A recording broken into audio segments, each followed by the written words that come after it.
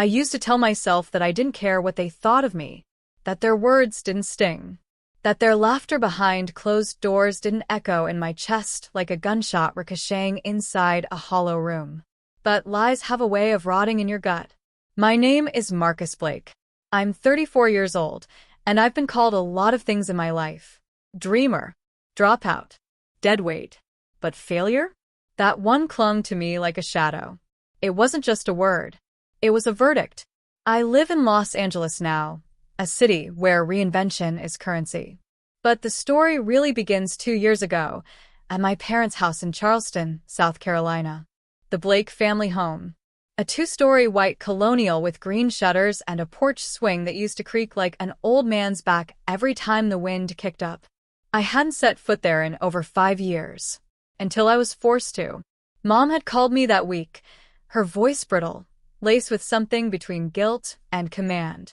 You should come for your father's retirement party. The whole family's gonna be there.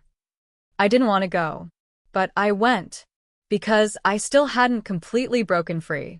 The moment I stepped inside, the air felt wrong, heavy, like it knew I didn't belong there anymore. Everyone was dressed in pastels, laughing over wine and catered shrimp. But beneath the gloss of Southern hospitality, I caught the first ripple of something strange. My cousin Trevor, always smug, gave me a handshake that lingered too long. He smiled at me, leaned close, and said, "Didn't expect you to show up, especially dressed like that." I looked down at my plain black shirt and jeans. I was underdressed, yes. But it wasn't about the clothes. It was the tone.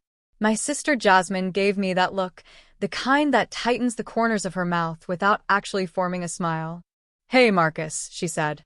"Still doing that thing with the apps?" Thing with the apps. That thing was the tech startup I'd been building from my one-bedroom apartment for the past 4 years. I didn't expect applause, but I thought maybe, just maybe, they'd be proud. Instead, it was like walking into a courtroom where the verdict had already been handed down. I stood by the hallway mirror later that night, adjusting my collar, when I overheard my father's voice from the kitchen. "He'll never amount to much. Never could take a punch, even as a boy." Mom sighed. "He's not like Trevor or Jasmine. He just lives in his head." "He's 34, Dad snapped. "Still dreaming. Still failing." I froze. The hallway lights buzzed above me, and the mirror caught a glimpse of my face, still, stunned, and suddenly 10 years old again. I should have walked out right then. Instead, I poured myself a drink and smiled like none of it mattered. Later that evening, when the guests had thinned and the candles melted into warped shapes, I wandered out onto the back patio. The air was thick with humidity and the ghosts of childhood. The porch light flickered once, and that's when I noticed it. The "for sale" sign, half hidden behind the azalea bushes. It hadn't been there earlier. I was sure of it. I walked toward it slowly, as if afraid it might disappear. "Selling the house?" I asked aloud, half hoping someone would answer. No one did. The swing creaked behind me, and I turned, but the porch was empty. The night swallowed the answer, and I went back inside with a chill at the base of my neck. The next morning, I woke up to the sound of ceramic plates clinking and the low murmur of conversation. I came downstairs to the smell of buttermilk biscuits and passive aggression. Jasmine and Trevor were at the kitchen table, laughing quietly, their plates already half cleared. Mom was by the stove, flipping something in the pan. Dad wasn't around. "You hungry?" Mom asked without turning around. "Yeah," I said. "Sure." I sat down, trying to act like the night before hadn't happened. But the "for sale" sign wouldn't leave my mind. I kept glancing out the back window. It wasn't there now. Did someone take it down overnight? "Hey," I said casually. I could have sworn I saw a sign out back last night. Like a "for sale" sign? That real, or just my eyes playing tricks? Jasmine didn't even look up from her phone. "You must have had one too many drinks, Marcus." Trevor smirked into his coffee.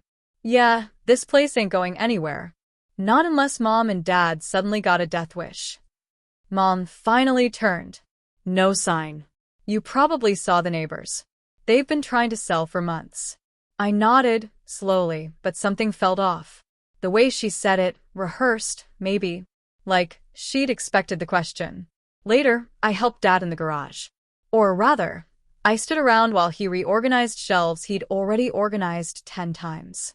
He didn't mention what I overheard the night before. Neither did I. But I caught him slipping something into a drawer when he thought I wasn't looking. A manila folder. Thick. Taped shut. He turned fast, caught my glance. Still snooping, huh? He said with a small, cold laugh. Just watching, I replied. He stared at me a second longer than he needed to. Some things aren't meant to be found, Marcus. Remember that. There it was again. That creeping feeling. Like something just beneath the surface was waiting to erupt. I left the garage early, made an excuse about taking a walk. But really, I needed air. Needed to breathe outside the weight of their condescension. I ended up at a corner store I used to walk to as a kid, bought a soda, and sat on the bench out front.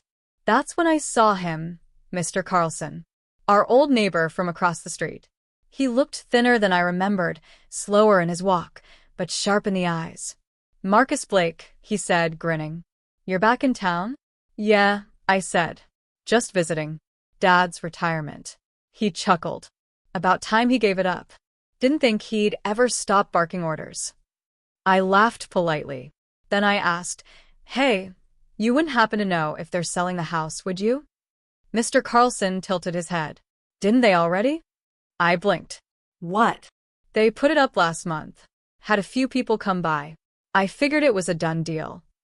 No one said anything to me. He scratched his beard. Maybe they're keeping it hush-hush. You know your dad. Always had his secrets. I forced a smile and thanked him. But inside, my stomach twisted. I walked back faster than I'd left. They were selling the house and hadn't told me. Or worse, they were hiding it from me on purpose. That night, I couldn't sleep. I lay awake on the creaky guest bed, staring at the cracked ceiling fan turning slow circles like a lazy vulture. I kept thinking about the folder, about Mr. Carlson's words. So I did something I hadn't done in years. I crept through my parents' house like I used to as a kid when I wanted to sneak into the kitchen past bedtime. Every step down the hall felt like betrayal. Every creak in the floorboards like a scream. I made it to the garage, heart pounding like a drum. The air was stale and faintly metallic. I went to the drawer, the one Dad had used earlier. It wasn't locked. Inside was the folder just like I'd seen it. I pulled it out and flipped it open. And there it was. A contract. Signed. Dated 2 weeks ago. The house was already under offer, pending payment. They hadn't just considered selling. They were already halfway gone. And the buyer's name? It was redacted on the copy. Crossed out in black marker. Suddenly, a soft noise behind me. A breath. I turned around and there stood my sister, Jasmine, barefoot, arms crossed, eyes colder than the air. What are you doing? She asked. I shut the drawer fast. Could ask you the same. You always had this weird thing about this house, she said, voice low. Like it meant something. It does. Not to us, she replied. It's just walls and wood. It's old. It's falling apart. But you didn't even tell me. She leaned in. Because it's not your business. It's not yours. I stared at her. Not yet. Her brow twitched. What does that mean? I didn't answer. But in my head, a seed had been planted. And it was already taking root. The next morning, things felt quieter. Not peaceful. Not calm. Just quiet. Like a storm waiting behind the curtains. At breakfast, Jasmine acted like the midnight confrontation hadn't happened. She passed the orange juice with a fake smile and laughed at something Trevor said about golf. Mom scrolled on her iPad. Dad was nowhere to be seen. I sat across from them, holding my fork but not eating. My appetite was gone. Instead, I kept thinking about the contract. The blacked-out buyer name. Jasmine's words echoing in my head. It's not yours. But the way she said it, the way she looked at me, it wasn't just indifference. It was ownership. Confidence. Like she knew something I didn't. Later, when Mom left for her hair appointment and Jasmine took Trevor shopping, I made my move. I went to Dad's office. It had been his sanctuary for decades, always locked unless he was in it. But that morning it was cracked open just an inch. I didn't hesitate. The room smelled of stale coffee and pinewood polish. His mahogany desk sat under a window, papers stacked high on both sides. There were receipts, old ledgers, and books with titles like Wealth Through Asset Transfer and Estate Planning for Legacy Holders. I opened the bottom drawer. Locked. Of course. But then I remembered. Dad always kept a spare key taped under the drawer. It had been one of his quirks when I was younger, a lesson in redundant systems. I reached under, and there it was. Click. Inside, another folder, thicker than the last one, sealed in a clear envelope labeled Private, Family Trust, Final Transfer Papers. I sat down and slid out the papers, and what I saw made my throat tighten. It wasn't just that the house had been sold. It was that the entire family estate, everything my parents owned, had been reorganized under a trust managed exclusively by Jasmine. Her name was everywhere. Executor. Primary inheritor. Trustee. My name? Absent. Completely. I flipped through the pages, scanning desperately. Nothing. Not even a courtesy mention. Then I reached the last page, the date of execution. It had been finalized a month ago. They had erased me. I leaned back in the chair, heart pounding. 1,000 questions fought for air in my mind. Why? When had this decision been made? What had I done to deserve this? I pulled my phone from my pocket and took photos of every single page. As I went to stand up, something slipped out from under the desk. A small, leather-bound notebook. Dad's. I recognized it instantly. He used to write in it every night, thoughts, plans, reflections. His silent journal, he called it. I picked it up and flipped to the last few entries. The handwriting was rushed, uneven. Marcus is back in town. He still doesn't know. Jasmine says it's for the best. He never contributed, she told me. Maybe she's right. But I keep thinking about when he was 10, how he cried when we almost lost the house. How he said he'd grow up and buy it if we ever got into trouble. Maybe he remembered. Maybe I did too. I just hope he forgives me someday. My fingers trembled as I closed the notebook. He remembered.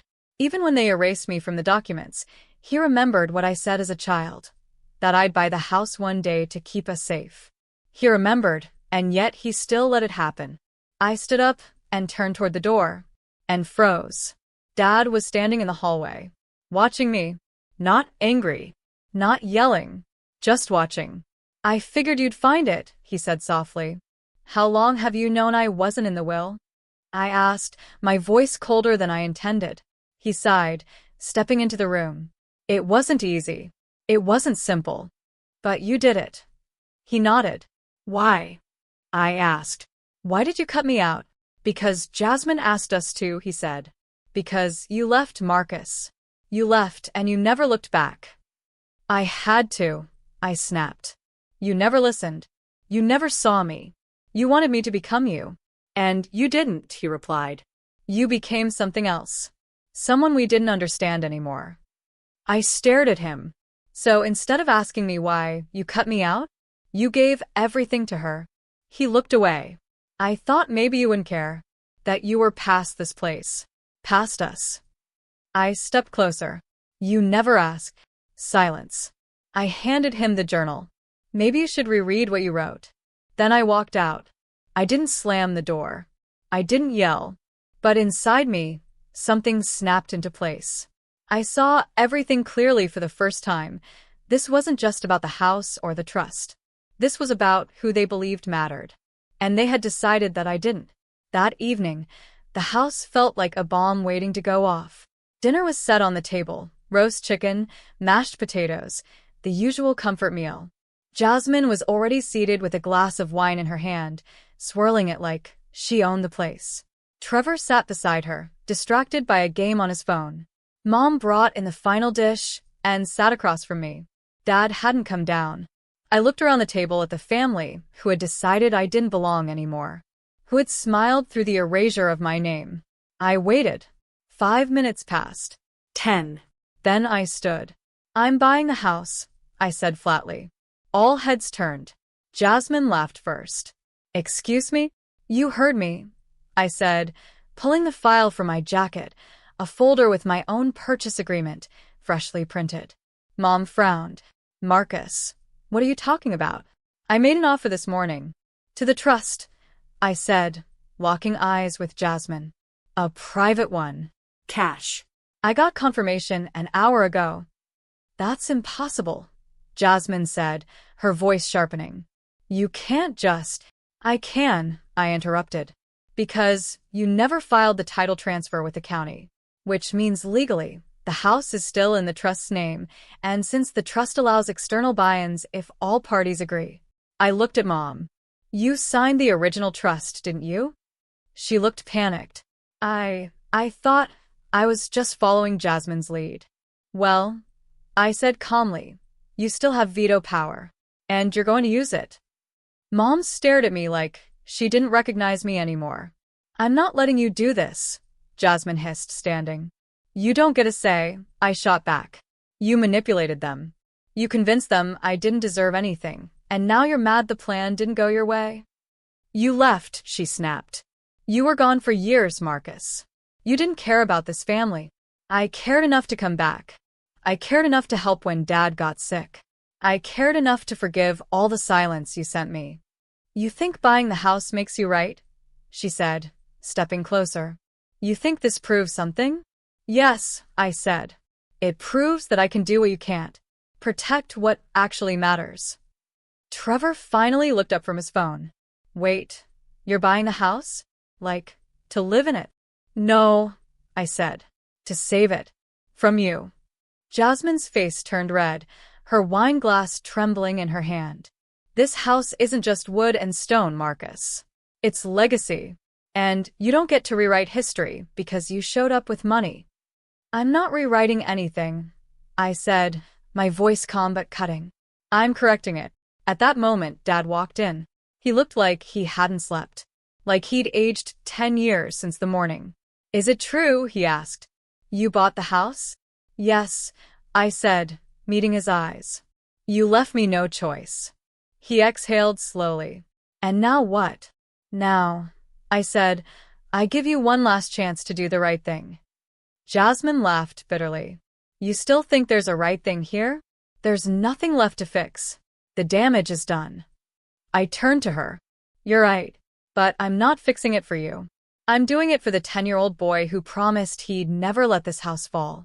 For the version of Dad who wrote in his journal that he hoped I'd forgive him. And for Mom who followed, because she thought she had no voice. Mom's eyes brimmed with tears. I didn't know, she whispered. Jasmine said. She told you I wouldn't care, I said. That I was gone for good. That I didn't deserve anything.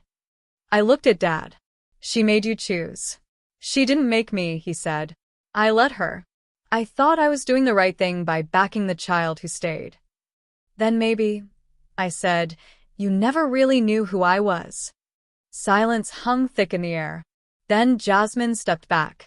You won't last here. You're not built for this life. The house will fall apart around you, and I won't be here to fix it. I don't need you to fix anything, I said. Just like I didn't need your approval to become more than what you thought I could. She turned to Mom. Say something. But Mom didn't. She looked at me, then at Dad. Her face was crumbling. And then she stood.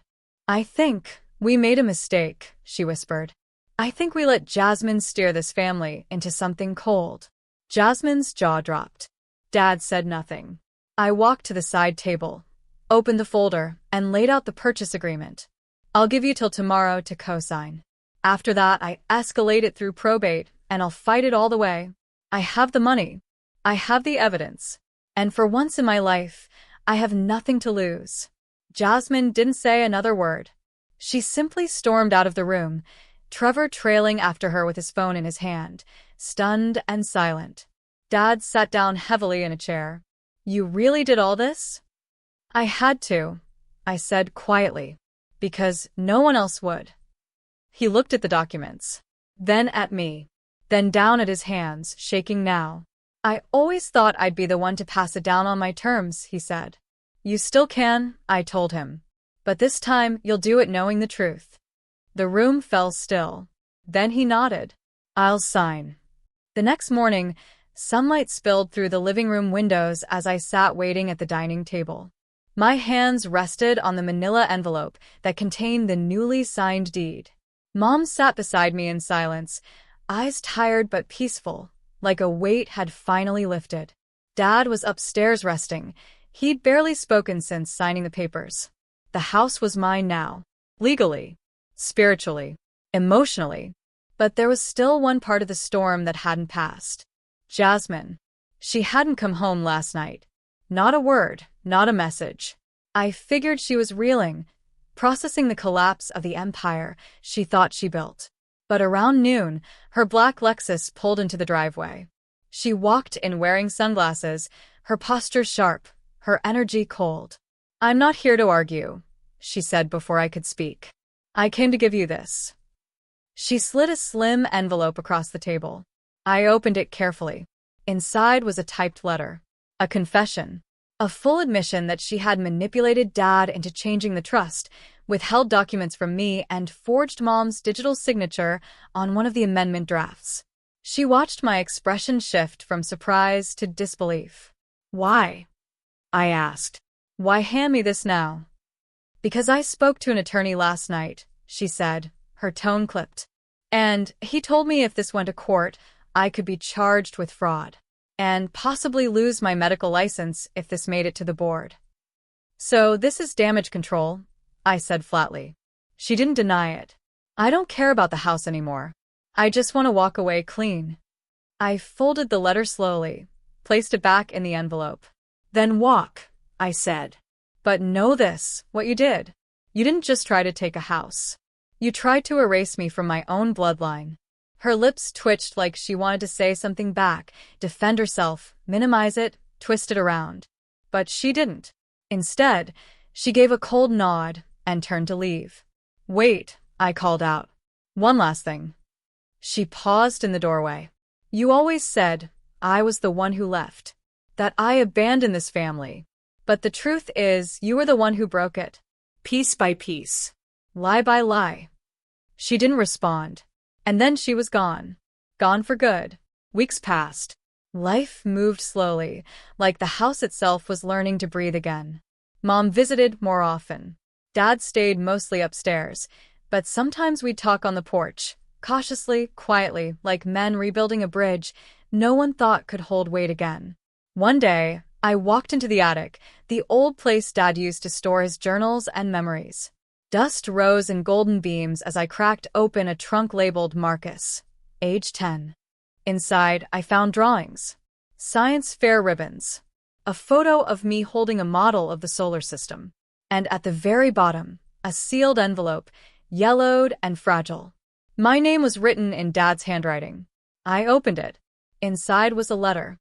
"Marcus, if you're reading this, it means life didn't go as planned. Maybe I let you down. Maybe I failed to protect what I promised to guard, not just the house, but the bond we had. I made mistakes, son. Not because I didn't love you, but because fear is a terrible compass and pride is even worse. But know this, you always had what it took. You were always meant to lead, to protect, to rise beyond what anyone else imagined for you. I only hope you can forgive me for not seeing it sooner. If you choose to stay in this house, make it more than what I did.